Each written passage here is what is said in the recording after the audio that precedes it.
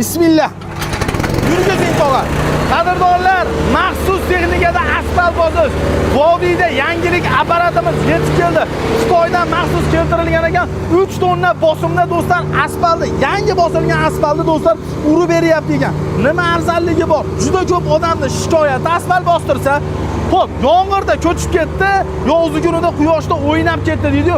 Bu texnikada bostirganingizdan keyin umuman bunaqa narsa bo'lmasa-ga, akalarimiz assobiy olib kirishibdi. Birinchi bo'lib do'stlar, kichkina vibrakator yaqinlashtirib bitta ko'rsatib qo'ying. Kichkina vibrakatorda do'stlar o'zini yo'lini bosib chiqarib olib, bundan keyin mana shu 3 tonnaligimizda bosib berishar ekan.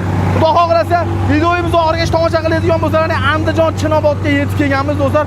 Farg'ona asfalt nomer 1da do'stlar ishlarini reklamasini qilib kelganmiz. O'tgan safar qilib berganimiz odamlarga do'stlar juda manzur kelgan, chunki hissasi ko'p odamlar ancha-muncha yildan beri issiq sovuqni ko'rgan, har xil sharoitini ko'rgan joylarga asfalt bosishgan. Video davomida narxi necha pul, qanaqa ishlar bo'ladi, qanaqa bitim qo'shiladi, pisoga qanaqa buni yuvilganmi, mayinmi yoki yirikmi, katta yo'llarga qanaqa asfalt bosish kerak, uylarga, xonadonga qanaqa bosish kerak, to'liq ma'lumotni akamizdan olamiz. Xudo xohlasa, Nasibullo aka, assalomu alaykum. Charchamasdan, ishlaringiz yaxshimi? Buni zakaz Xitoydan keldi bu. Ha, bu zakazga Xitoydan olib keldik aka. Buni xonadonlarda ishlatish uchun asosan. Endi katta texnika bo'lardi yo'llarga. O'sha uchun ancha-muncha o'yilib ketmasin. Ha, o'yilib ketmaydi. Ularni xonadonlarga olib kirib boshqara olmaysizlar. To'ppa-to'g'ri. Bu gidravlika xonadonlarga yangi sahnalar, yangi uchastka qilganlar 5 yil, 6 yildagi cho'kadi, kuchtirib deydigan narsani biz oldin qilib beramiz. Ha, ya'ni vaqtdan rejalar. Cho'ktirib berib, keyin asfalt qo'yamiz. 10 yil, 15 yilgacha inshaalloh qattiq turib beramiz. To'xtatib qo'y. Keyin aka, men e'tibor berdim. Asfaltni o'tgan safar ham aytganman, videosini qilganimizda asfalt bosilgandan keyin katoyda yurgizilar, oddiy tuman katoyda ustiga chiqib yurib reklama qilaylik desa, aka, hech bo'lmasa bir 2 soat o'tirib olsin, keyin yuring, bo'lmasa izi chiqib ketardi deyapti.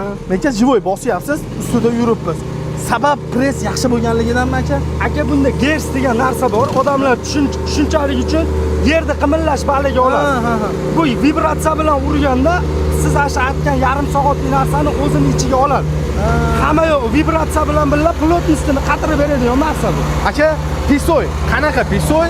Qo'shilgan bitim qanaqa bitim? Rossiyskiy bitim ishlatamiz. Pisoylarimiz aka 3 martadan yuvib chiqilgan zavodda yuvilgan, tozalangan pisoy. Tozalangan, yuvilgan, toza, turpoq aralashmagan pisoy. Turpoq aralashsa ko'chish bo'ladi, sho'rlash bo'ladi, boshqa bo'ladi. Shuning uchun asfaltimizni aslovni e'tiborimiz sifatga aka. Xo'p, aka qarang.